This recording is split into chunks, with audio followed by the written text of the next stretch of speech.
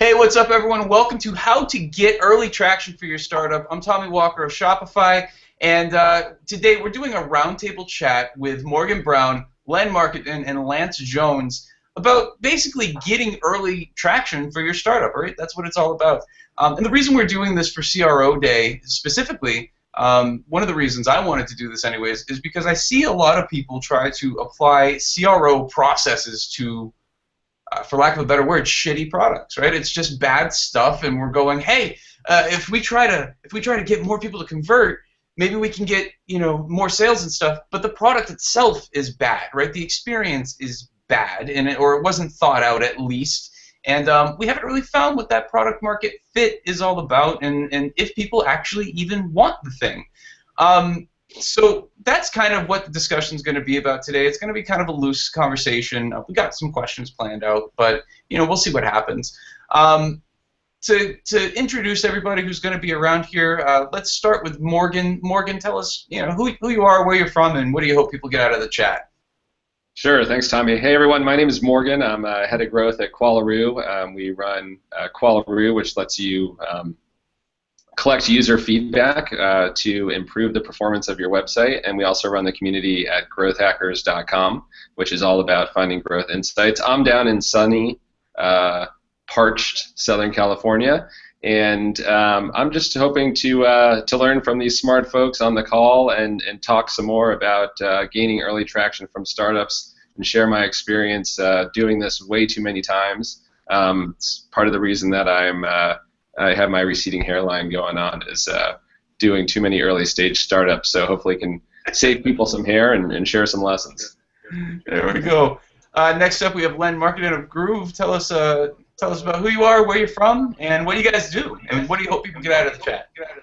Sure. So I'm Len. I'm the head of marketing at Groove. Groove is we make some support software, help desk software for businesses. We're distributed teams. Home office in Baltimore. Just like Morgan, hope to today. I'm taking notes. And hope that gets some insights out of our than fails and lessons. All right, Len. I'm actually going to ask you for the future to put on some headphones if you can. I'm going to do that right now. There we go. We're getting some feedback on you. And then last but not least, Lance of Flow. Yeah, I'm here. Hey, Tommy. Hey, guys, and hey, everybody else. I can't talk about hair too much there, Morgan. I'm pretty streamlined myself. Is that what happens when you work on the enterprise side? On the enterprise side, that's why I left it. Hopefully I can grow a few more hairs now I'm out of that space. But I'm in also sunny, but definitely not parched Victoria, British Columbia, and I'm the head of growth for Flow, and we are a task management product, and we are early stage and trying to get, we've got some early traction, and we're trying to expand on that. I've had some experience at Adobe and Intuit, just a few months in my role here at Flow, and I also help out Joanna Weeb. Shout out to Joanna. Hey, Joanna. I know you're watching, and she runs Copy Hackers, and she's my partner, and I help her with that. So, I guess I'm hoping that people can take away a couple of really juicy bits to go work on, after we finish this chat. Some real actionable stuff I think we're going to cover today. So that's my hope. Fantastic. And I, last but not least, am Tommy Walker. I am on the content team at Shopify. I am the host of Page Bites, and also I just love marketing. And I'm still getting feedback from somebody.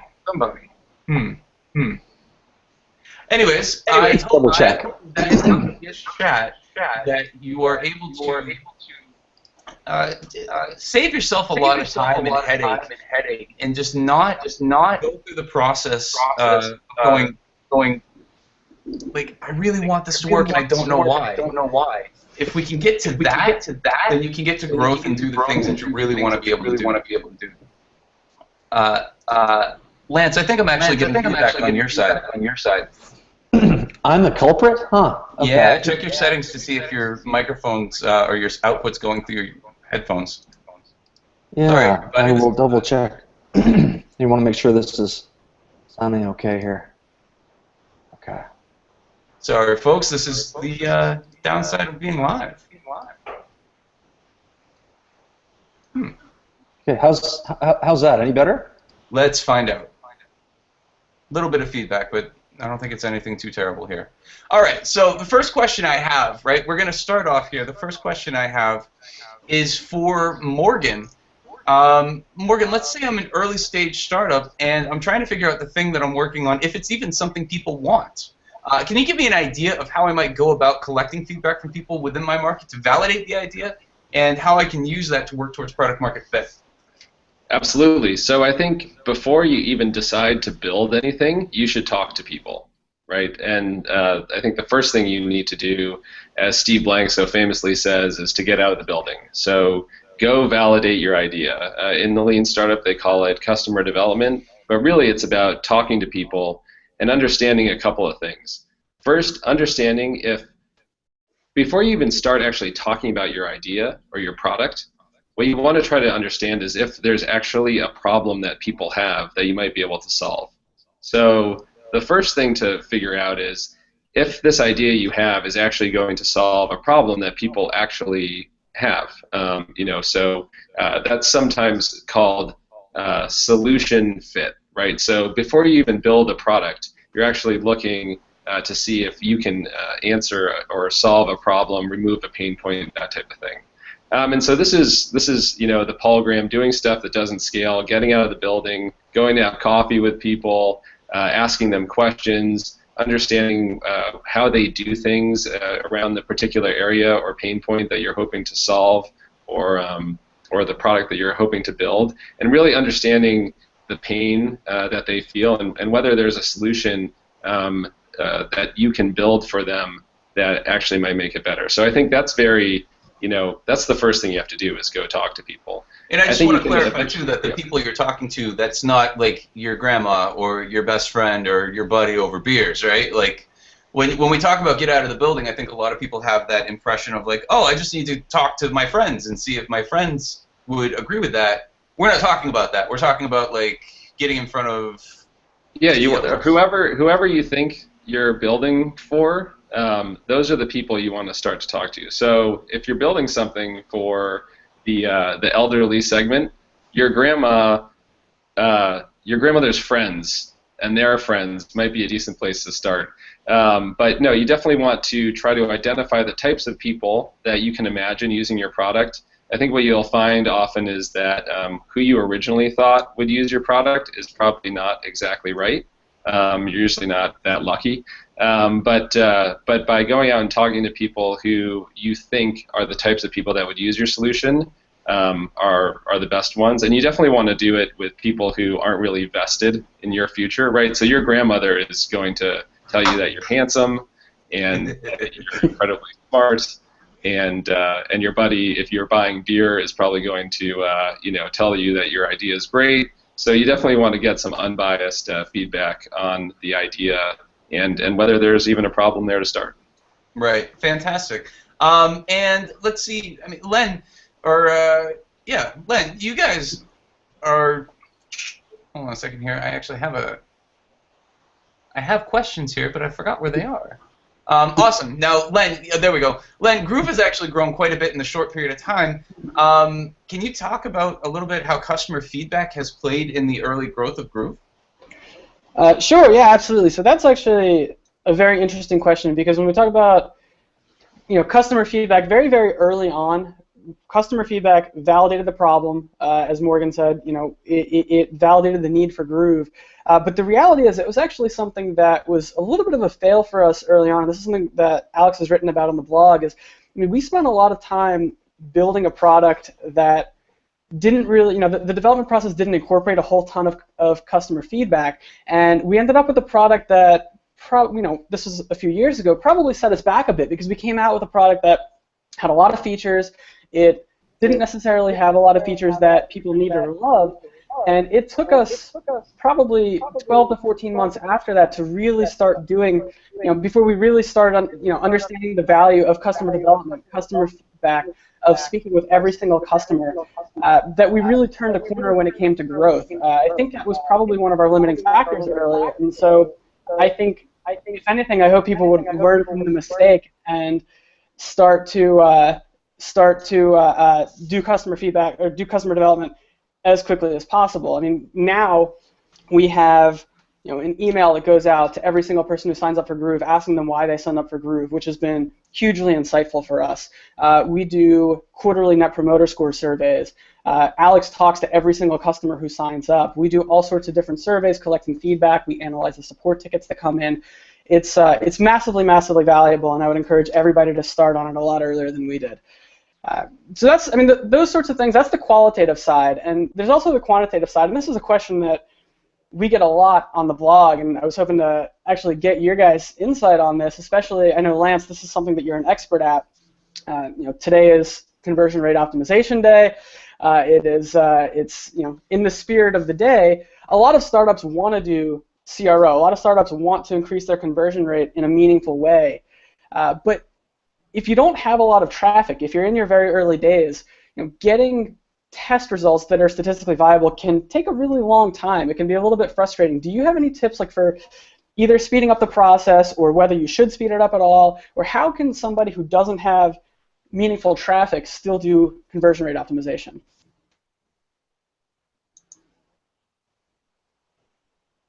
Oh, Lance, actually, you are muted at the moment. If you could, there you go. Yeah, for sure. I thought you had muted me. I wasn't sure if I was on shaky ground with you or something, Tommy. You were just getting a little bit of headphone feedback. Yeah. Hopefully this is better. Okay. So yeah, I get this question a lot, and I see this question a lot. I don't think there's a really simple question or simple answer. I should say it's a complicated question, but.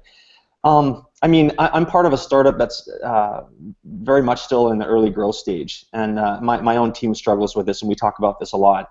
But it's kind of funny, right? A/B testing on the web has really only been around for about 9 years or so, and like the popular testing tools like Optimizely and Google Website Experiments, or Content Experiments and Adobe Test and Target, they've only been around for about 5 years. So, what did people do before testing was really even a thing, before these tools existed? And people did do CRO. I think right now people really do equate CRO with A/B testing, and I think that's it's not a broad enough definition anymore. We need to sort of rebroaden it from where things started, like going back 10 years. So, A/B testing relies heavily on sample size and statistical confidence, and that's the problem, right? When you don't have enough traffic, you can't get to statistical confidence with those types of experiments. So, if you don't have traffic, I think you should be looking seriously at something old school like usability testing. You can learn a ton about where and why people get stuck or confused simply by observing as few as 5 to 10 people, right, prospective or existing customers. And so many of the A/B tests that I see and people talk about on their blogs are things where you're trying to essentially fix a usability problem anyway. And so, before 2009 or so, a really smart product manager would run a usability study. They would identify some of the blockers as you're asking people to try to complete tasks on your website or in your product, and you would just fix them. There was really no test required. Jacob Nielsen, he kind of popularized this concept of discount usability, right, where you don't need a fancy lab and you don't need dozens of participants. You can do them over Hangouts or on Skype. If you want a larger sample of people to sort of watch and observe as they're going through your website or your product, you can use a tool like InspectLit, which lets you capture sessions of people as they're using your site or your product. You just can't talk to them in that situation. But that's really where I'd start. I'd watch your users try to accomplish things, make notes about where they get stuck, and if you're talking to them, you can ask them why they're stuck or why they look confused, and get a ton of insight from them and be able to make those changes without an A/B test. Yeah, the one of the things that Nielsen talks about is the Think Aloud protocol, and there's a great article on him talking about the Think Aloud protocol and just getting people to talk out loud and think out loud as they're going through your site. And if you're giving them tasks to do, you can find out, hey, I don't know where your search button is. I can't search for an item. Like that's a lot. Like a lot of that's really insightful stuff that can come through. Just to add in, Tommy, I think Lance nailed it. But optimization does not equal testing, right? Testing is an optimization approach, but there are lots of different ways that you can optimize for conversion, and we obviously mentioned a couple of them. But yeah, I think people need to get out of that mindset that conversion rate optimization is testing. Testing's a one way that you can improve conversion. Yeah, flip out. Absolutely. Absolutely. Morgan, how are you guys deciding how to collect, what kinds of feedback to collect and where, right? You guys do a lot of the qualitative stuff. Where do you set that stuff up? Because we talked about feedback loops a little bit earlier. We touched on that. Yeah, absolutely. So there's definitely the idea that you can collect the wrong type of feedback, right? So there are people who are unqualified that come to your website all the time. There are people who will never be your customers. The people that where you want, so collecting feedback, you want to do it in a couple different places in your funnel. So if you're thinking about customer acquisition or retention, we recommend people collect feedback at the very top of the funnel, on landing pages, product pages, that type of thing. Also within the checkout or purchase or trial flow, right? So either kind of on exit or right after you successfully complete a trial is another great place to collect it. But I think the big one, Dr. Carl Blanks from Conversion Rate Experts talks about getting feedback from the qualified no's. And those are the people where you can get a ton of great feedback. It's the people that should have been your customer or people that are likely candidates to be your customer that ended up not converting. And those are the great people that you want to talk to. And you can get to them in a few different ways. One is you can start to ask questions of people who do convert. What almost stopped them from signing up, right? So if you get someone to sign up for a trial and you ask them right after they complete the trial to say, ask them a question that says, hey, what almost kept you from signing up? You will find a hurdle that they got over, but that there are probably 10 to 100 other people that are piled up behind that hurdle or that roadblock. And so when you're collecting feedback from folks, you want to understand who you're listening to, because you don't want to listen to the wrong people. And qualified no's, especially in the acquisition funnel, is a great place to start. I love that. Let's see. Yeah. I got to follow up. Can I throw something back at Morgan? Yeah, go ahead.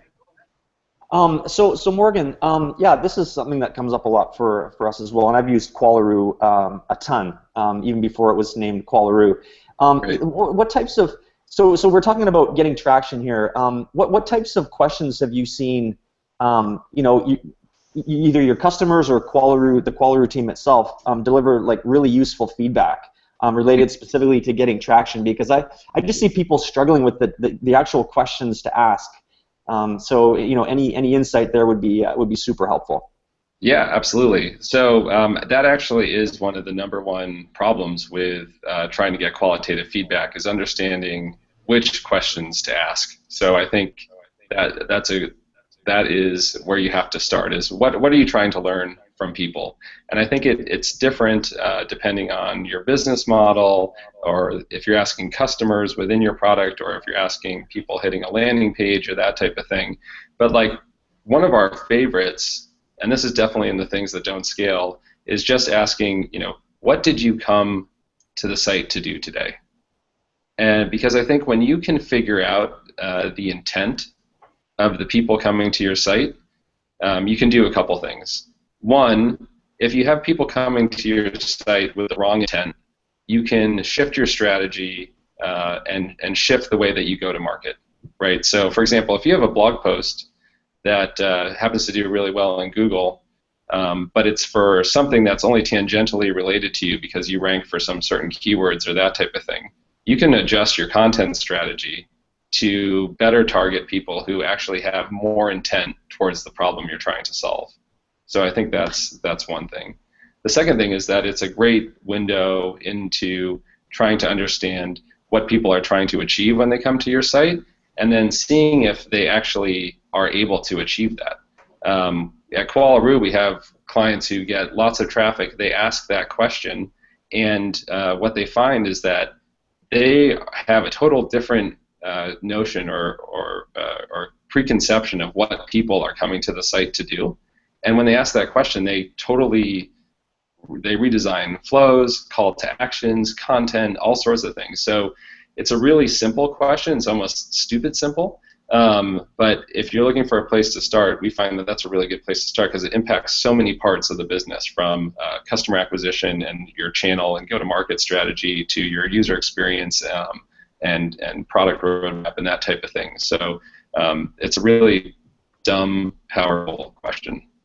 Yeah, Len, actually, on the Groove blog, there was a case study where you guys kind of did that, right? And that's where you kind of you saw a huge growth after that. This is a while ago now, but I remember reading about where you guys were like, we just found that we were trying to answer the wrong problem. Can you talk a little bit about that process?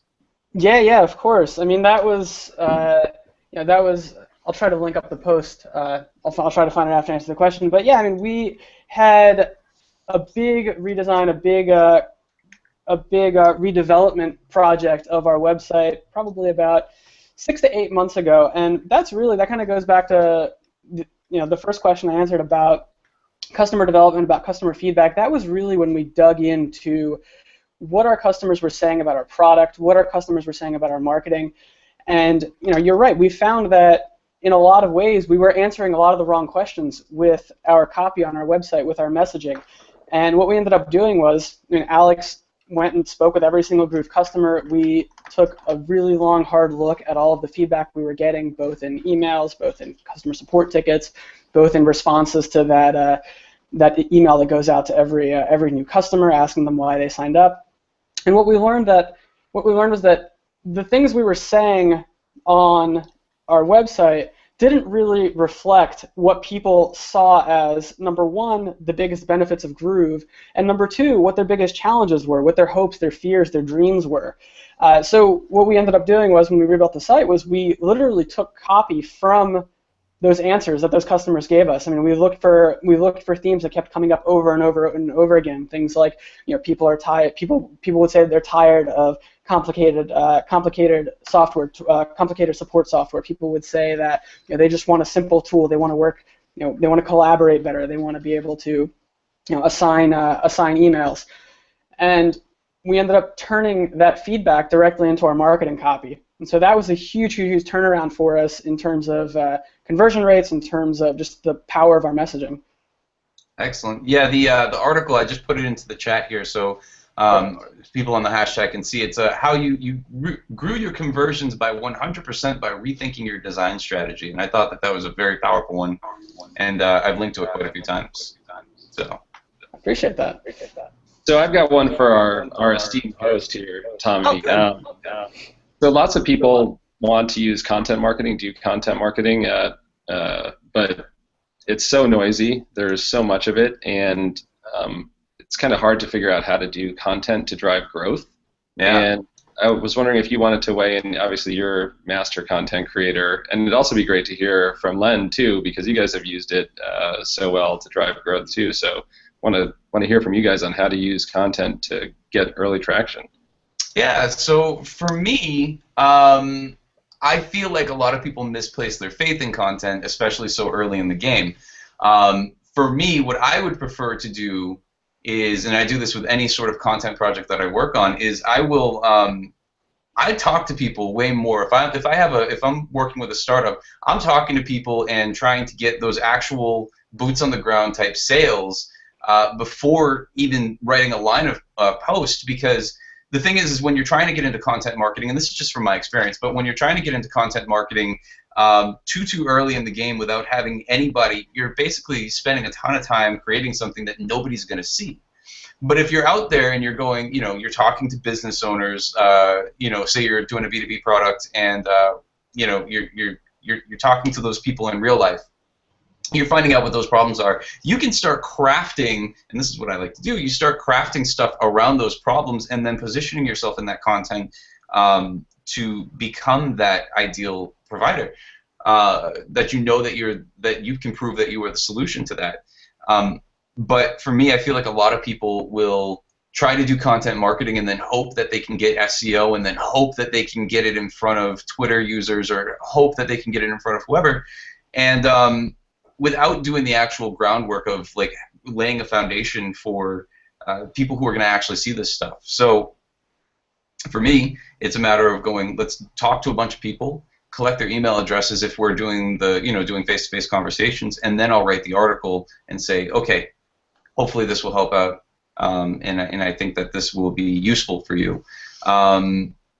And I do a lot of guest posting too, and the same process applies to kind of guest posting. Is I'll go through and I'll audit a site and find out, hey, what's worked, what hasn't worked, what are the questions people are asking in the comments, what's the tone, style, and everything else of this article, and who shared it, right? I'll look at BuzzFeed or not BuzzFeed, BuzzSumo, and find out who shared this stuff before, and then I'll contact them. But to me, I feel like you need to be able to do more of that gritty hard work stuff before you actually get into the content development process. I don't know how you guys feel, Len, because you and Alex create some killer stuff. But yeah, tell me about that. Yeah, no, that's kind of you to say, but I mean, you're absolutely right. I mean, getting feedback before you write. I mean, it's important to understand that nobody really wants to read about your product. Nobody really wants to read about the things that you maybe want them to read about.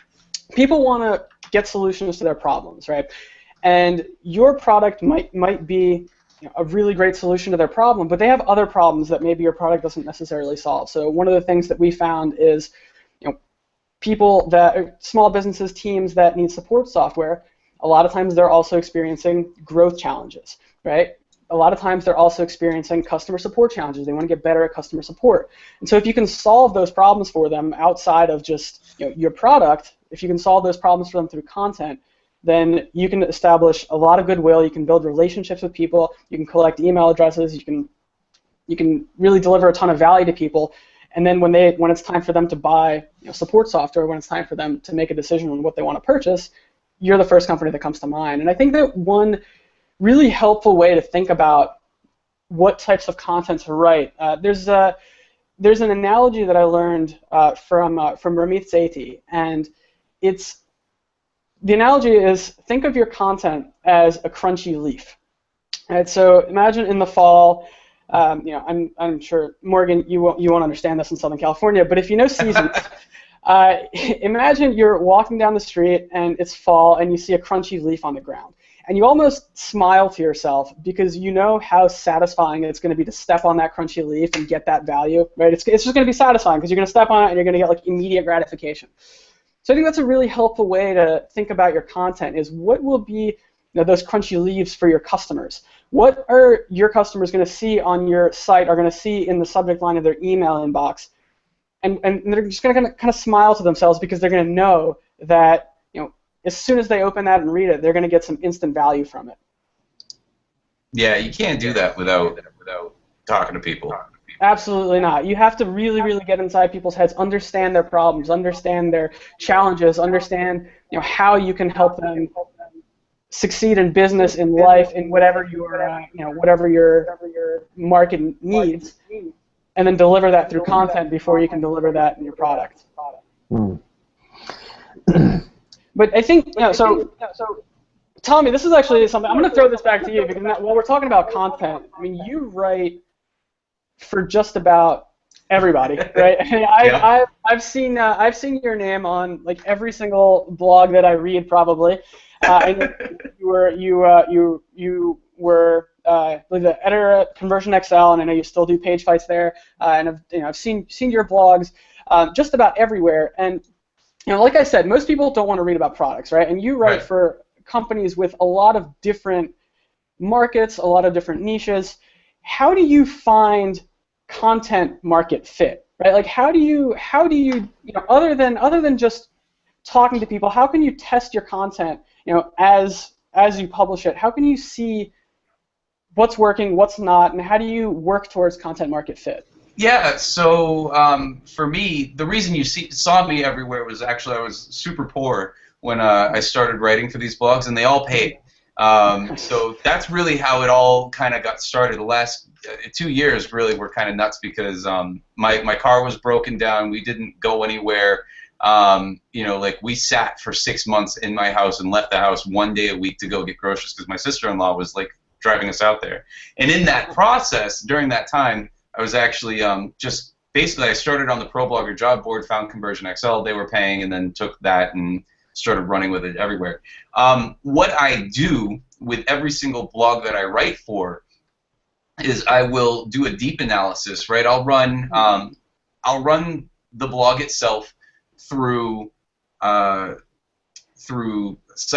Site Explorer and find out which articles have gotten the most links, right? Because that's going to give me one indication, and then I'll run it through BuzzSumo, and I'll find out which ones have gotten the most shares. And I'll basically look at all of the top content by these different metrics, links and shares and comments, right? I'll comb through the blog page by page and find out which ones have gotten the most comments, and I will then deeply read each one of those posts, not looking at it from the standpoint of what should I write, but where are the gaps, right? What are the questions that people had when they were seeing this? What do I know if people are going to respond well to?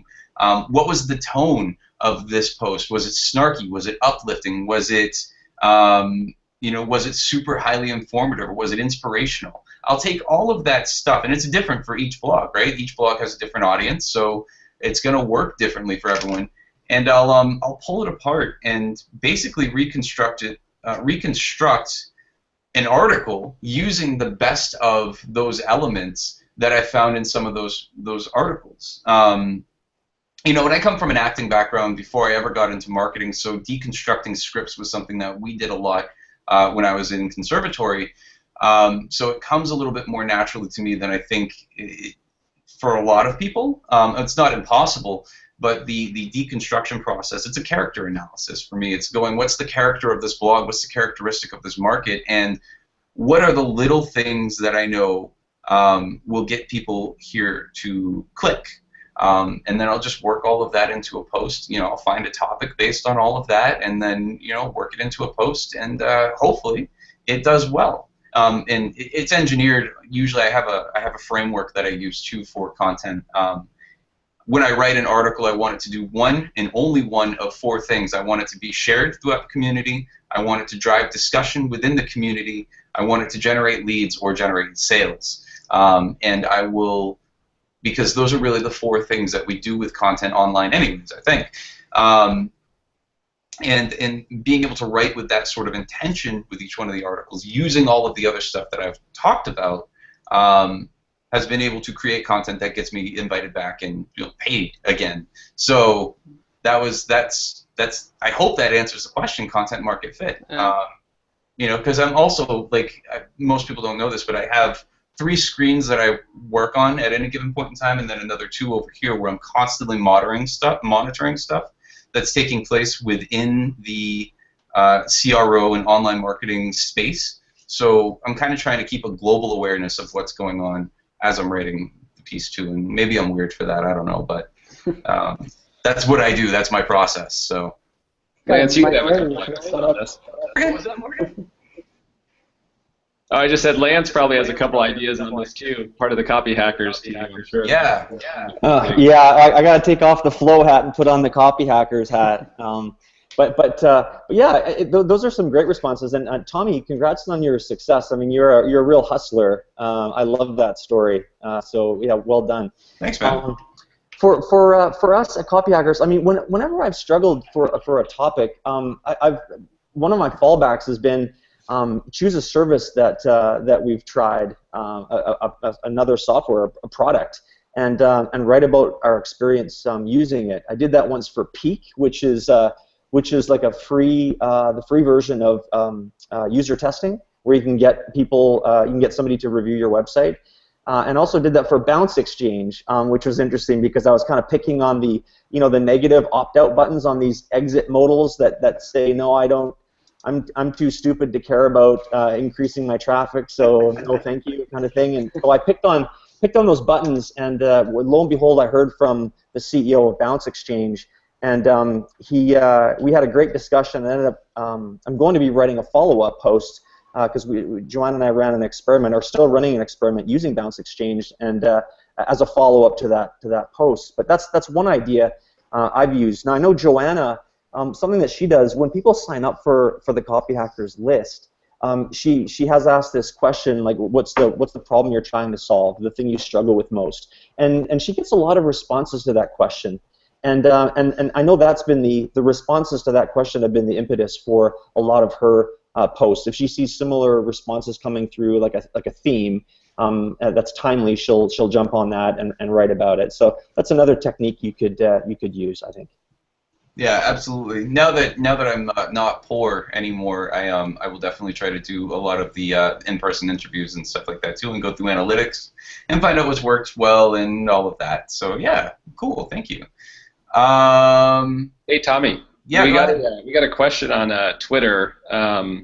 Lindsay asked if we could share more easy ways to get CRO traction, like user testing. A/B testing is great, but it seems out of her capacity and her position. And I was wondering if you guys had any thoughts on other ways to get ideas for optimization beyond user testing.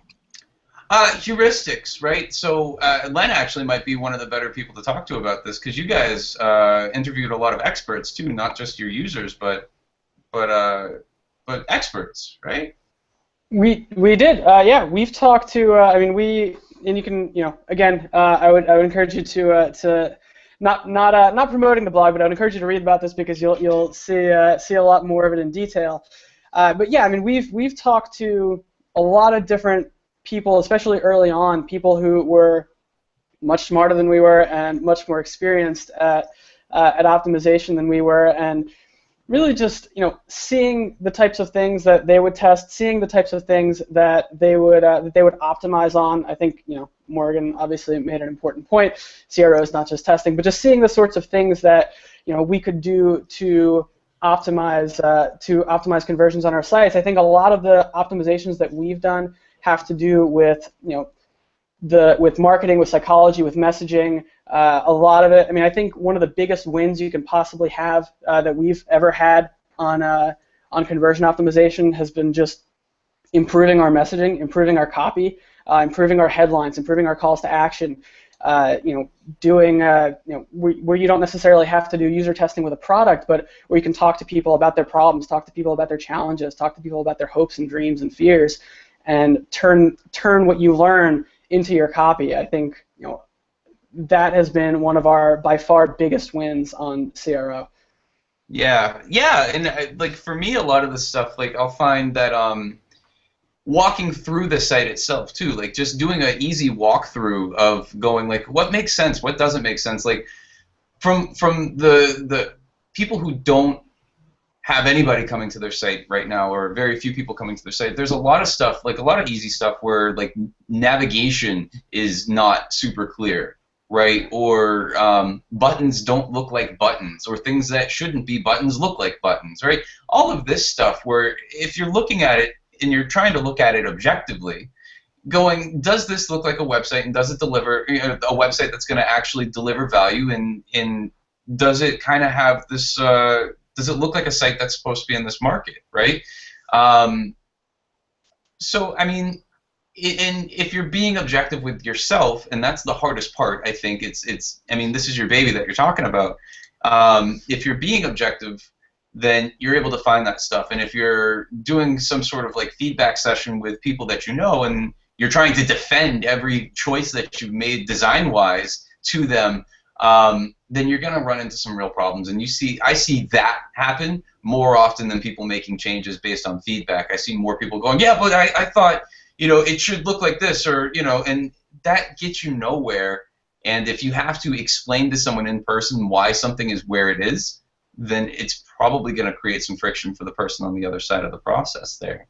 Yeah, and I'll throw in just a couple other ideas. Whoever is face to face with customers or potential customers, go talk to them. Mm-hmm. Go ride along with them, right? So go sit with a salesperson. They will tell you everything that they needed to close the sale that we didn't have available, in about 10 minutes. They'll say, oh, they want to know about this, or how we compare it to this, and that gives you just a spring of ideas of ways that you can improve and optimize your site.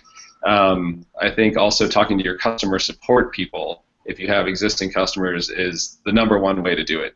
Go ask all the problems that people have, the questions they have, how they're not being successful, and use all of that to kind of fuel how you improve your site. So I have found that those two areas, you get high volume ideas and lots of really actionable stuff that can work right away.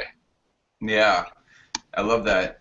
Lance, can you actually talk a bit about how you would go about prioritizing executing on customer feedback?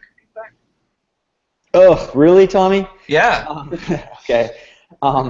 Like feedback is for me a kind of a double-edged sword. I love getting feedback. The problem is after you collect a whole bunch of it, it is very difficult to know what to do with it, and how to stack rank those all of those things. I mean, you kind of secretly hope that you're gonna learn 3 to 5 things that you can execute on, nice clean themes, just a handful, but it really doesn't work like that. You're much more likely to hear 30 to 50 things, all completely different, and it's going to feel like there are a lot of kind of edge cases in the feedback that you get.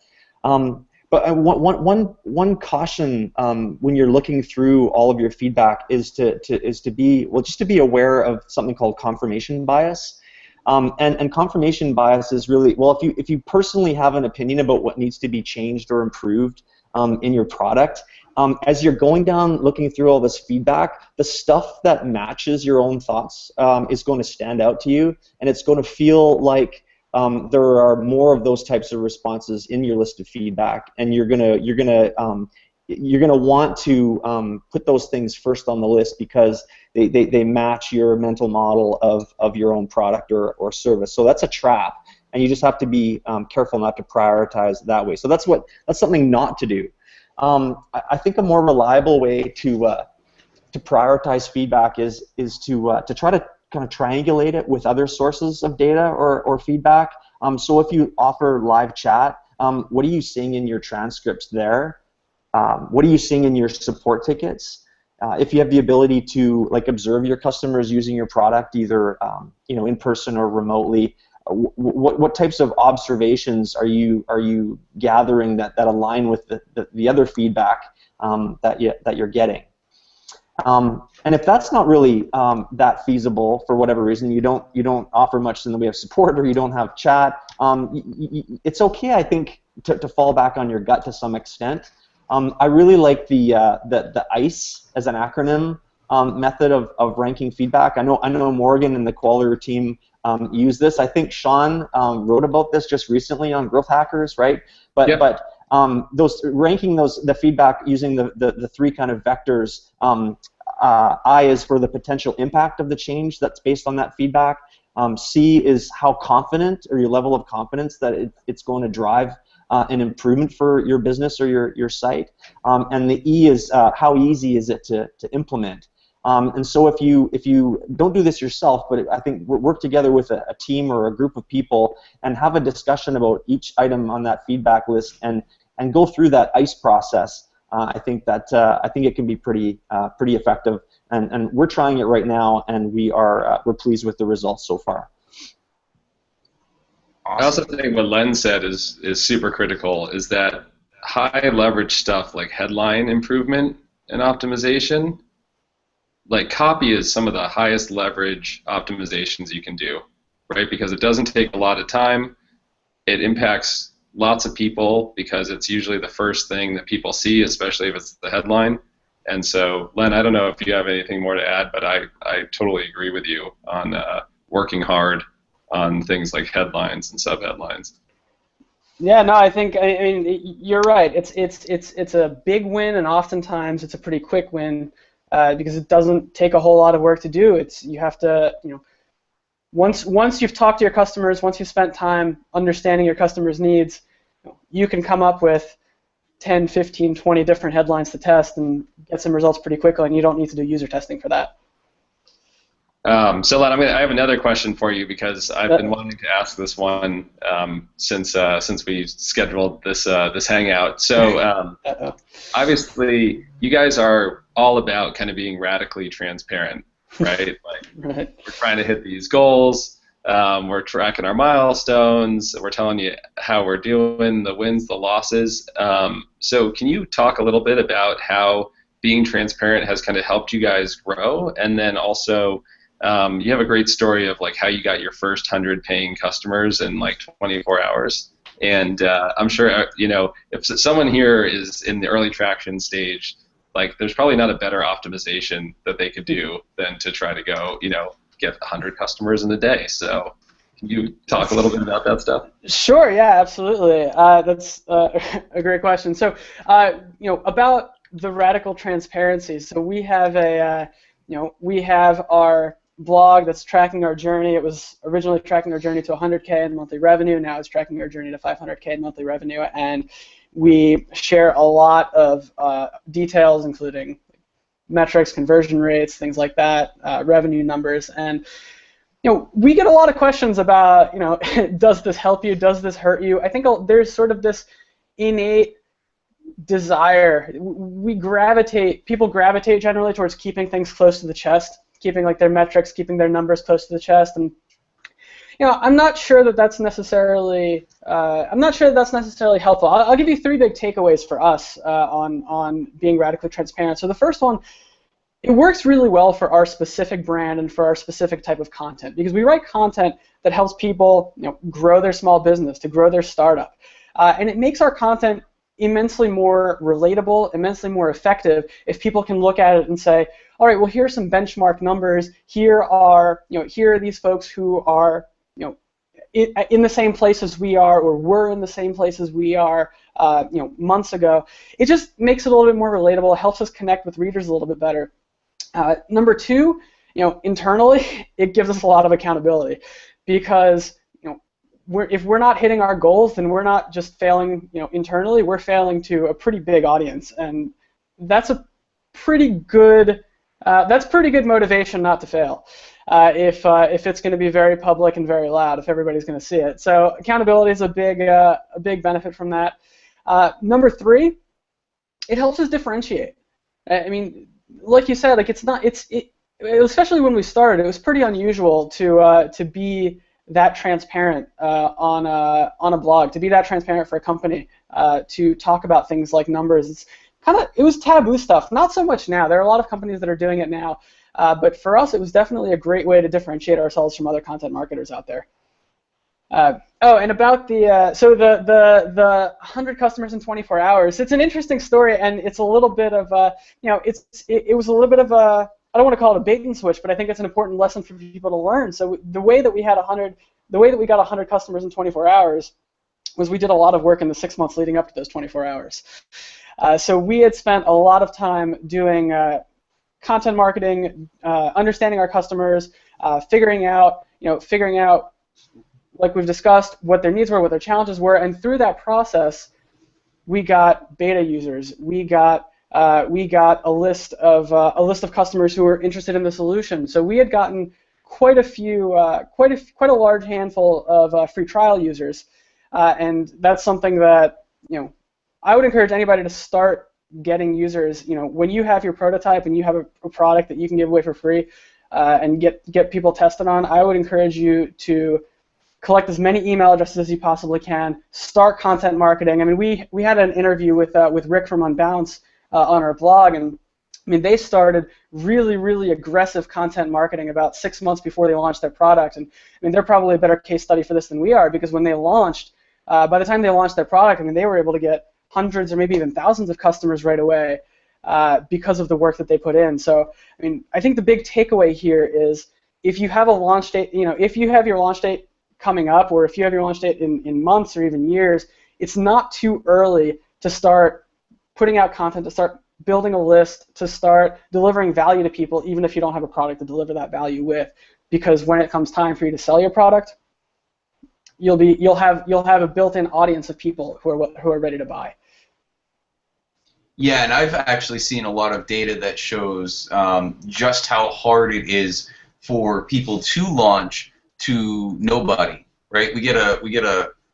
You see this a lot, right? You're going, oh, it's launch day, and then people are going, oh, well, there's no lead up. If you were launching to nobody and you try to get your product live out there and nobody sees it, you just wasted all of that time leading up to it, and I could not encourage enough, and I think everybody on this panel will encourage enough. Build a pre-launch list, build your pre-launch list, because if you launch to nobody, you're not getting traction. You will never, ever, ever get traction the way that you want, nor can you incorporate feedback into the product development process, right? You might not nail the product the first time around, but if you have that group of people who are going to help you during the product development process, that's so much more valuable than just going oh, it's not getting out of the building in the first place. Lance, did you have a question that you wanted to ask? Yeah, I actually had a follow-up for Len. Maybe I'll squeeze that in, and then maybe we can go to that question that was shared on Twitter. So Len, yeah, we use Groove here at Flow and love it, and it's you choose your features very carefully, the things you build into the product, and we take that same approach. But there's never a shortage of new product ideas or new product features. So I'm just wondering how you guys scrutinize, how you avoid the trap of competing, because you're in a crowded space as well, competing based on features. That is a really, really good question, Lance. I think you're right. It is absolutely a trap, because when you begin to when you get into a feature war, features become a commodity, right? And then whoever can build more features wins, and whoever can trumpet their features more wins. And to that end, same thing with a price war, right? A price war is just a race to the bottom.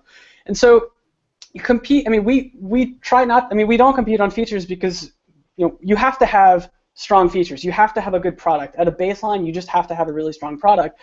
But to avoid getting into a feature war, I would compete. I mean, we try to compete on other things. We compete on support. We compete on story.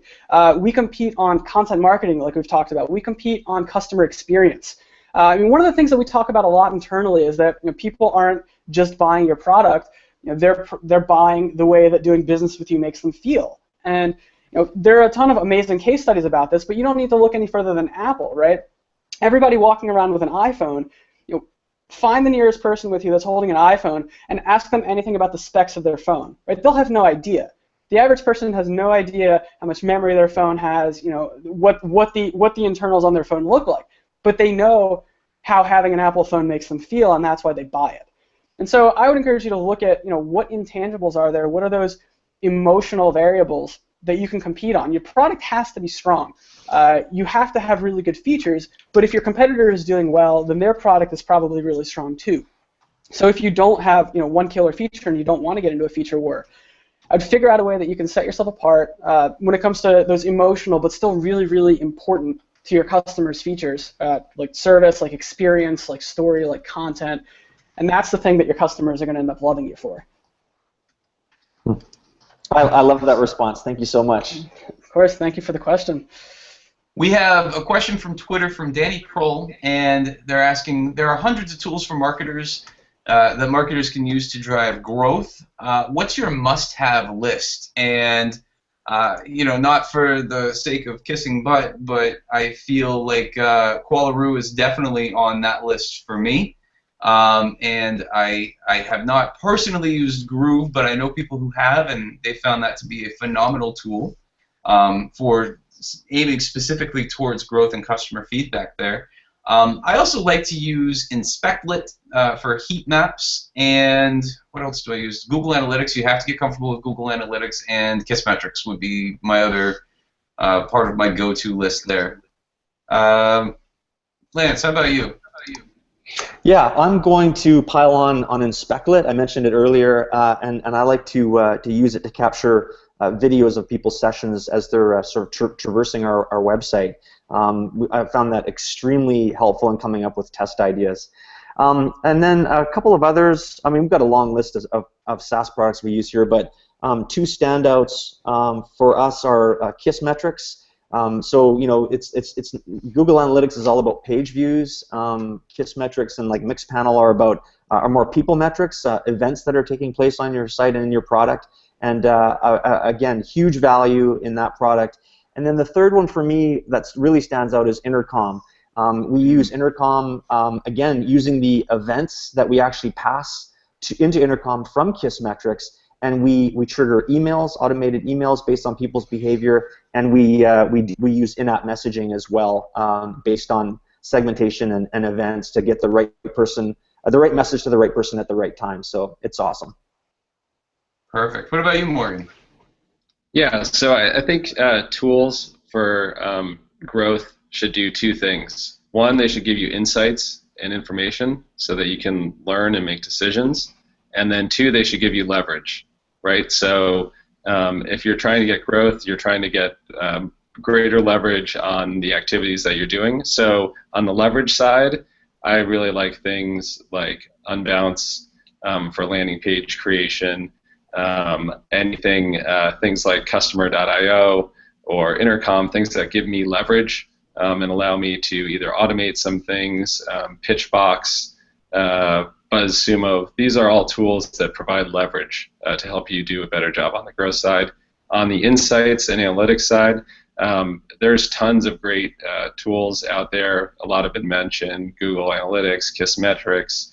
I think you want a mix of qualitative and quantitative. Intercom's a great tool. So yeah, but I would think, what tools can I use to give me more leverage? What tools can I use to give me answers? And that's how you think about how you build and buy. All right, fantastic. Len, you're up last. I'm up last. Well, I think that's a great way to bifurcate it. Insight and leverage. A lot of the tools that we use and love have been mentioned. Kissmetrics, Echo the Love for Qualaroo, BuzzSumo. Morgan mentioned it. I know Tommy, you've mentioned it. That's a great one for driving growth on content marketing, especially when you're doing things like guest posting, figuring out how to get the right message to the right audience at the right time.